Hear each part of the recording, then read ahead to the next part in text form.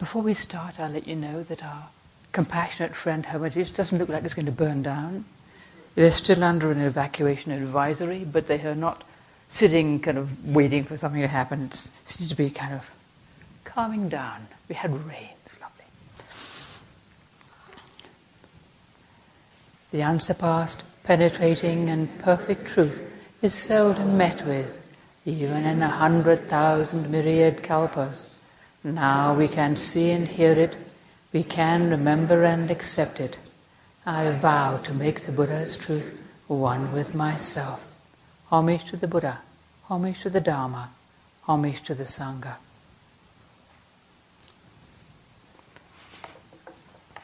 And so on the strength of that, today I'm going to talk about water. I thought, water, here we go.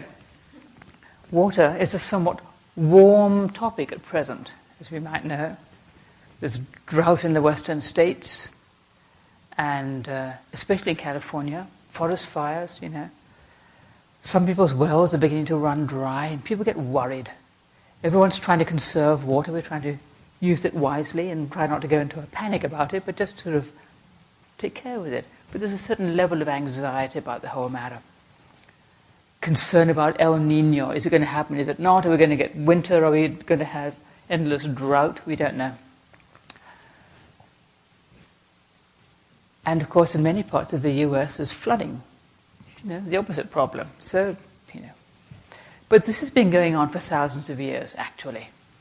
One way or another. I'm not belittling it, but for thousands of years, people have been worried about the weather.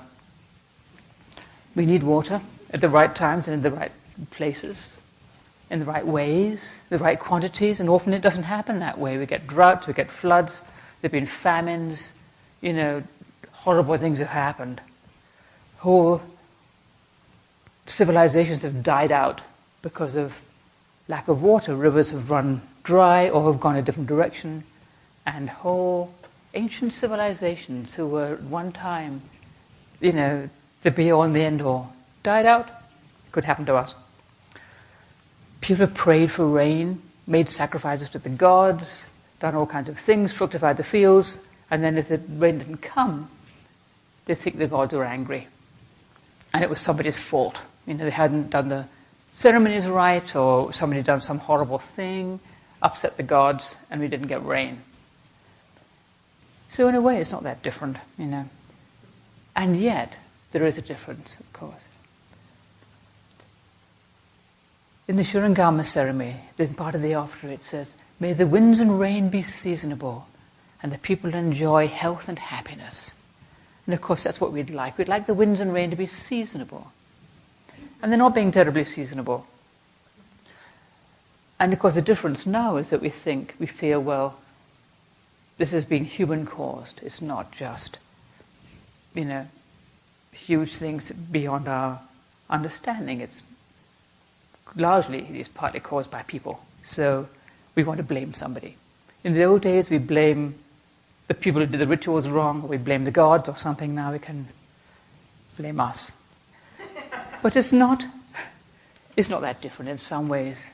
And yet, there is a difference. It just feels different. I don't want to get political about this. Water can be a very political issue.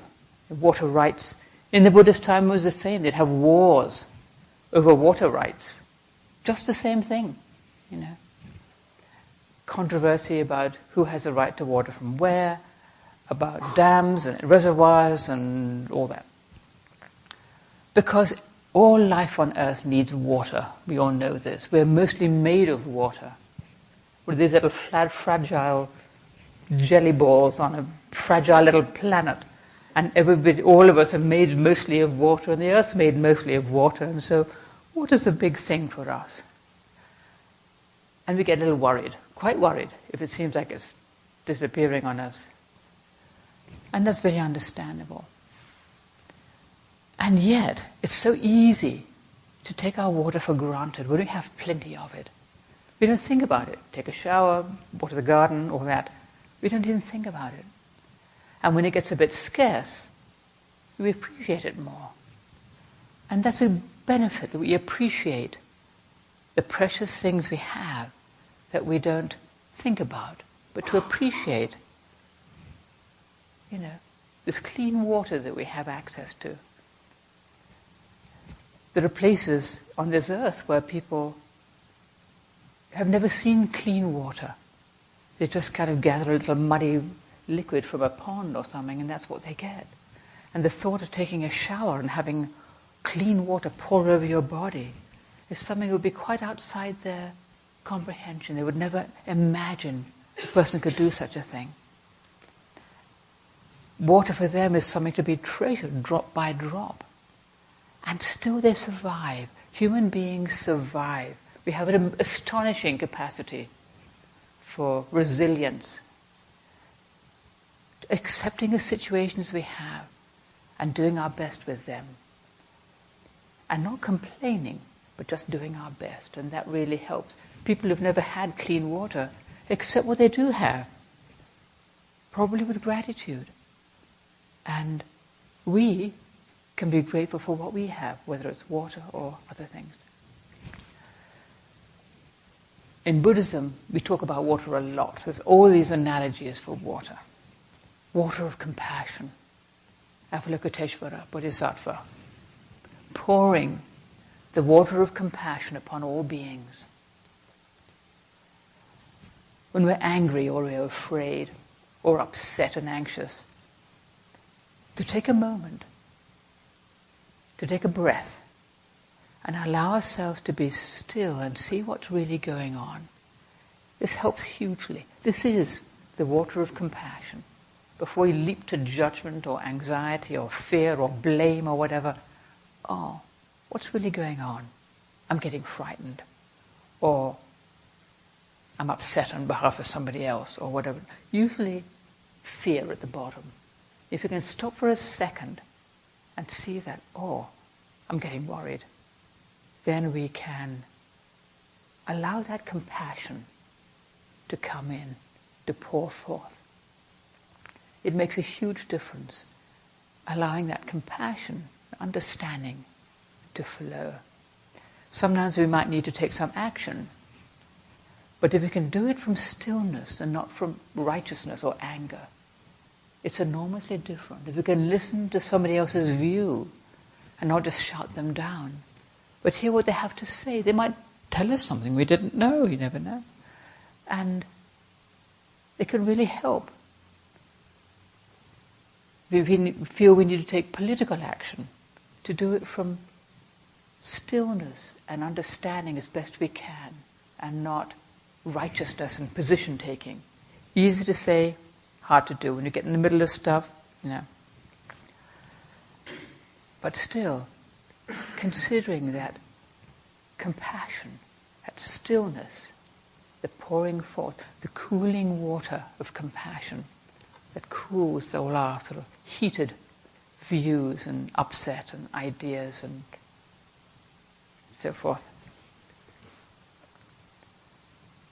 The water of the spirit, another water analogy. Reverend Master Jiyu talked about it a lot. The flowing of the water of the spirit, our spiritual energy that can circulate within us and pour forth to help beings. Some people feel this energy as though water, sometimes quite strongly, and some people don't feel it much at all, or at all.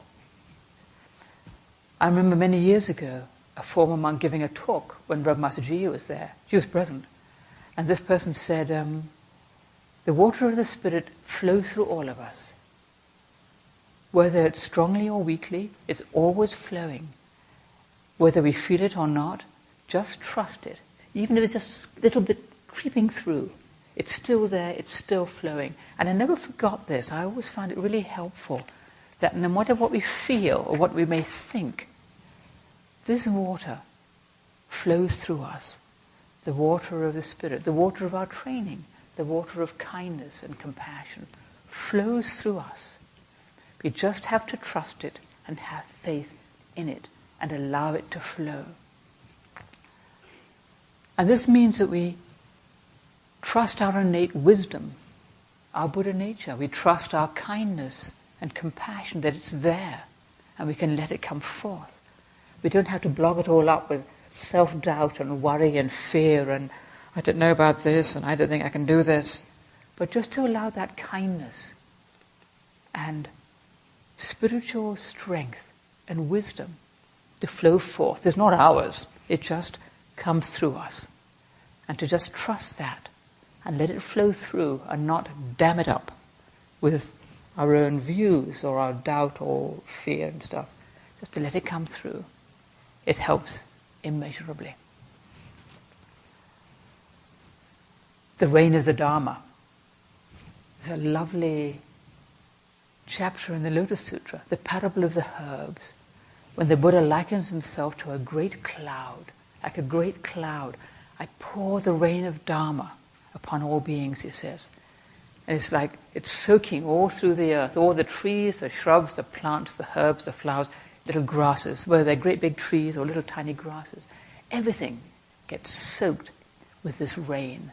It's such a beautiful analogy because the water falls on everything. The rain of the Dharma soaks and pours onto everything. And we can open up to it, soak it up, not put up a little umbrella and pretend to wait for it to go away, but open up to that rain and let it pour through us, pour over us, and accept it and use it well. Not to waste it. We try not to waste water, we try not to waste the rain of the Dharma, but to use it well, to use our life well, to use our energy well, to use our time well, to make use of this precious opportunity. Again, not to be taken for granted. Not everybody gets to hear the Dharma, you know. Not everybody has clean water. It's something that we have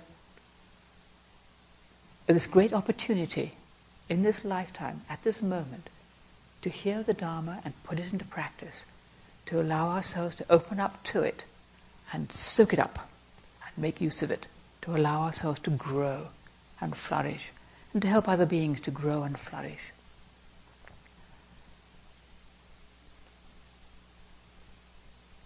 The sea of suffering, another one. I thought of this somewhat belatedly. The samsara, the world of samsara, which means the world of wandering, is often likened to a sea of suffering, all beings churning in this sea. And Reverend Master Koten talked about this actually when he did his Buddha Mother's retreat many years ago. See if I can find it. He spoke about the sea of suffering. Let me see where it is. Because it's very... Yes. All the sea of suffering makes no sense, has no purpose and no meaning. This is what we think. As long as that is so, we rise and fall in it. We drown and return again. We drink the waters on which we float, and the salt of them causes us to crave more. We're driven on the winds that arise into the storms. We crave solidity and stability, and there is none. There is only the maddening arising and falling, drowning and reviving within this ocean.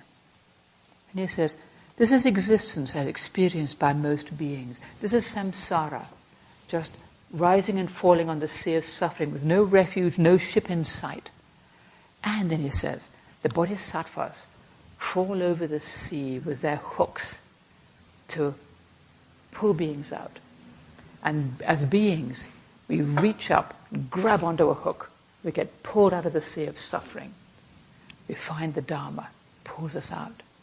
In the sea of suffering, which is not hopeless, but is constantly rising and falling. Everything changes, everything comes and goes, passes away. The sea of suffering on which beings constantly float, drinking the false salt waves that cause us to thirst more for the things we desire and things we don't want and all that. And yet, the bodhisattvas unseen, I love this, like they're trawling over the sea, and every now and then we see the hook, we reach up and grab it. Here's the Dharma. Okay, we can do something. Don't let go. And there's also the ocean of Buddha nature. And it's not separate. It's not like there's a sea over here and a sea over there. The sea of suffering is the ocean of Buddha nature. We just think it's the sea of suffering when we're rising and falling within it. We don't see the bigger picture. We don't see that there's a way out. We don't see that we come and go and that we're constantly up and down with the waves. But when we begin to train, when we've grabbed onto that hook, then we see that actually we are dwelling within the ocean of Buddha nature. All the bodhisattvas with their hooks, and all of us, all our thoughts, feelings, circumstances, all the suffering in the world, the wars, the droughts, the famines, the floods, the everything. Our desires and intentions, our fears and concerns, they're all part of that ocean of Buddha nature. None of it's separate. All the things we want, things we don't want, the things we absolutely dread, all of it is part of that. Nothing separate. And it sustains us all. It is the ocean of Buddha nature, not something to be rejected. It encompasses all things and all of us. We might feel like a separate little self, like a little wave on this, or a little bubble on this sea. But actually we're just part of the sea. We arise like a wave and we go back into it. Our little planet is like a little bubble on this sea. Our great earth is just a little bubble on this sea of Buddha nature. Kind of puts us in perspective. So what are we, It's so vast that we cannot comprehend this great ocean of Buddha nature, its depth and compassion. And still, with our little planet, our little bubble on this sea, we still do our very best to take care of it and to take care of the beings who live on this little bubble, Because what we do matters. It's not that everything is so vast it doesn't matter, we're just a little insignificant mote of dust. What we do does matter. And how we take care of things does matter. That we use things well, that we appreciate the things we have, the blessings that we have. And when we don't have them, we learn to do without them. And sometimes adversity is a great blessing, because something we had taken for granted and thought we had to have is gone. And we learn to do without it. And we realize that we're a lot stronger than we thought we were. And all these things that come and go in that sea are not as essential as we thought they were. But that what really matters is that we hold to the Dharma and we do our practice, do our training as wholeheartedly and faithfully as we can, entrusting ourselves to that sea of Buddha nature. With all the compassion and love that we can bring to bear to take care of beings, take care of each other, take care of our earth. No matter what our circumstances may be, no matter what may come our way, we always will be part of the great ocean of Buddha nature. We cannot mess that up. We cannot pollute that great ocean, no matter what we do. We can make messes, we can make horrible mistakes, and yet that sea still embraces all of us and can wash us all clean if we let it, just to open ourselves up and entrust ourselves completely to that great ocean. Avalokiteshvara Bodhisattva continues to pour her water of compassion into the sea of suffering, so that we may see that in fact it is the great ocean of Buddha nature. It's not separate. It's not a different thing. All the things that come our way, all the difficulties, all the suffering, the ups and downs, they help us. They allow us to entrust ourselves to something greater. Because how would we appreciate water if we never saw it disappear or reduced or maybe gone or lessened? How would we appreciate it if we had just constant pouring water all the time? And yet we do have water constantly pouring all the time. That rain of the Dharma constantly pours down upon us. And we can open up to it, entrust ourselves to it, make use of it, and do our best to live our life well. And that's our water talk for the day.